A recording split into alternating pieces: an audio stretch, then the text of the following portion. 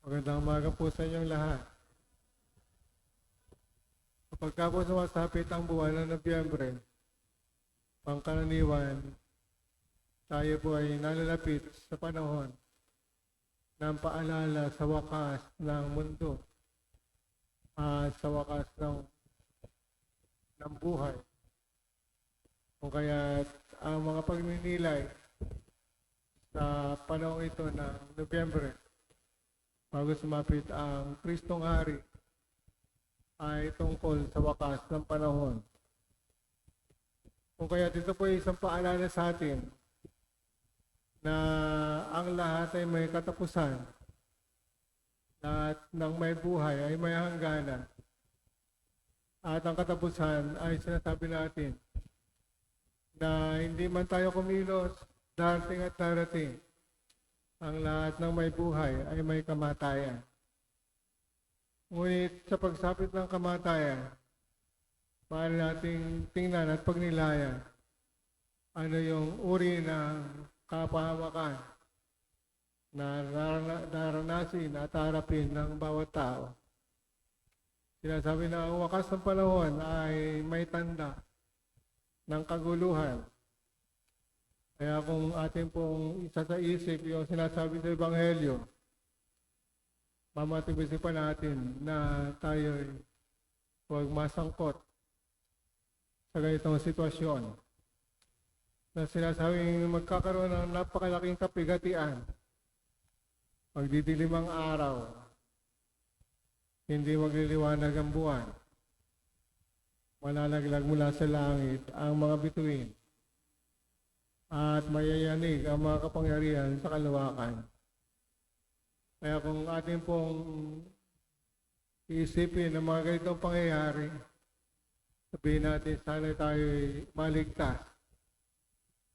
At kung ilalagay po natin ito sa panahon natin ngayon, hindi nga tayo makakita ng mga kalawakan na nagkakagulo ang linya ng mga tala at mga bituin.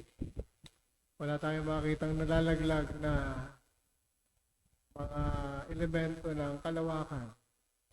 Pero makakita yung mga bumabagsak ng mga missile, mga nuclear bomb, mga pampasabog, mga gamit pandigma, na kung saan yung mga drone bomb na ginagamit sa kasalukuyan sa giyera sa Ukraine at sa Russia. At yung mga bagong kasangkapang pampatay na ginagamit doon sa Gaza at ng Israel. Mga kapatid, kung titingnan po natin, tayo mga tao ang mayroon na rin ginagawang pagsira at gumagawa ng instrumento para sa ating ikamamatay, tulad ng ginagamit sa lahat ng mga digmaan. Kaya meron pong pangyayari na hindi natin maunawaan. Kaya kapag nakita po natin yung mga building, mga bahay, mga lugar na napipinsala, parang wala kang pagtataguan kapag sumapit ang ganitong sitwasyon. At bukod sa mga man-made na dilubyo, meron din kalamidad na natural, tulad ng baha, tulad ng lindol, tulad ng bagyo. At sa kasalukuyan nga, halos 5 bagyo sunod-sunod ang dumarating dito sa ating bansa na iba't iba yung intensity ng lakas ng hangin. At dahil pang merong pagkagunaw sa mga lugar na napipinsala. Kung kaya mayroon pong hangganan ang lahat ng bagay.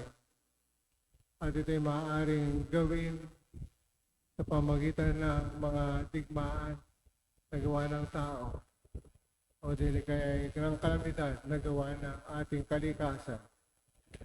Kaya ang dapat po natin gawin ay maging handa ano man ang kasasapitan ng ating buhay, saan man tayo marap, saan man tayo magkaroon ng pagkakataon na mapinsala, huwag natin kalimutan.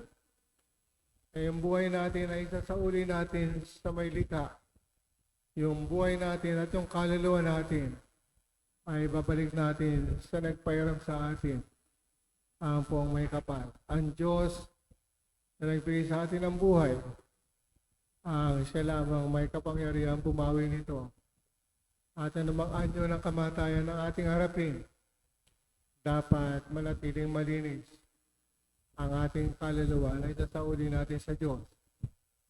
At kung ito ay mayroong bahitungis ng kasalanan na sa ating mga kamay, ang paglilinis nito, pamamagitan ng pagsisisi at pagkapatawad, paghingi ng awa sa Diyos, na tayo ay maging kalugod-lugod at makapasok sa kanyang kaharian. Kaya sabi nga, sa buhay natin, pwede tayo mag-isip kung paano tayo magtutulog at kung paano tayo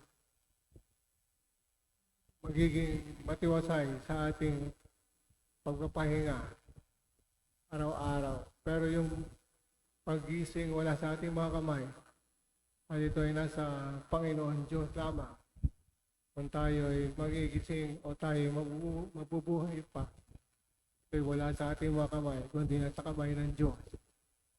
Kung kaya lagi natin isipin na hindi habang panahon tayo mabubuhay. Kung kaya sabi nga, ano man yung mabubuti natin, dapat gawin natin habang may panahon pa nang sa gayon. Hindi tayo magsisi sa batang huli. Sapagkat sabi nga, minsan lamang tayo nadaan sa mundong ito. Gawin natin ang tama at mabuti. At ito ang ating kaligtasan. Amen.